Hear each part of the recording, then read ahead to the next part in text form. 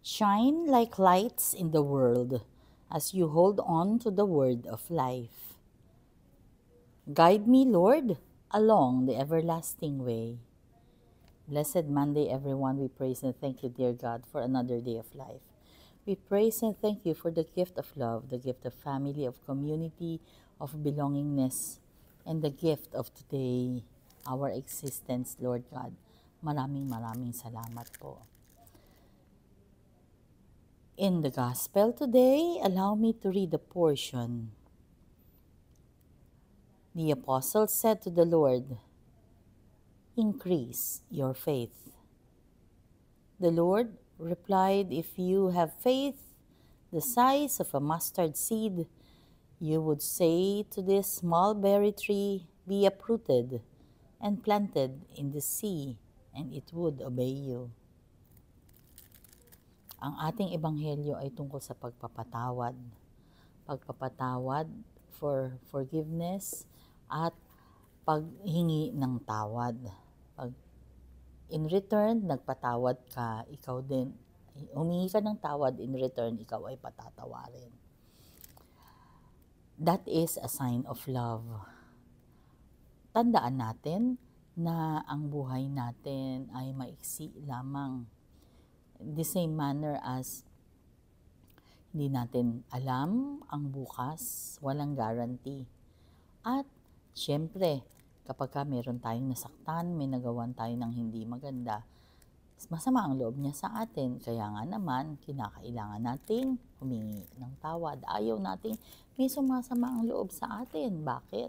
Baka yan pang ikamatay niya, tayo pang may kasalanan.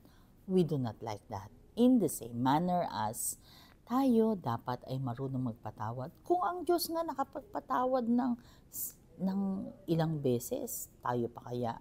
Anong sinasabi sa kasulatan, di ba? Magpatawad ng 70 times, 77 times. Ibig sabihin, never-ending pagpapatawad.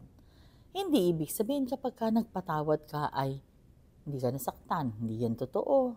Siyempre, masakit. Hindi rin ibig sabihin na pag nagpatawad ka ay pwede niya nang ulitin kung ano yung ginawa niyang masama. Hindi rin yan totoo.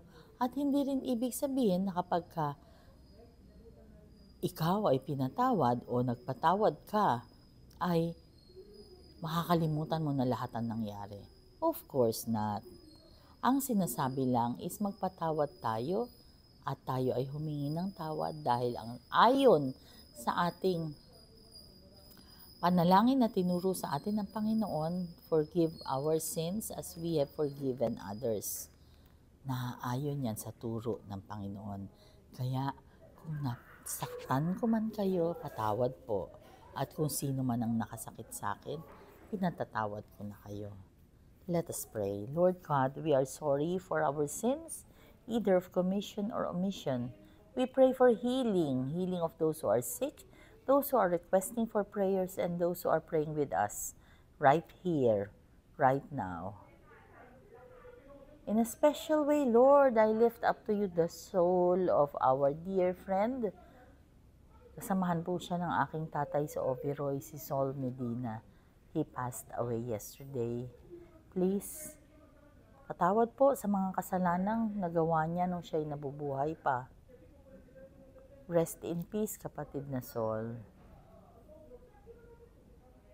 Lord God, please be with us always and in all ways, and please give us a forgiving God or a forgiving heart.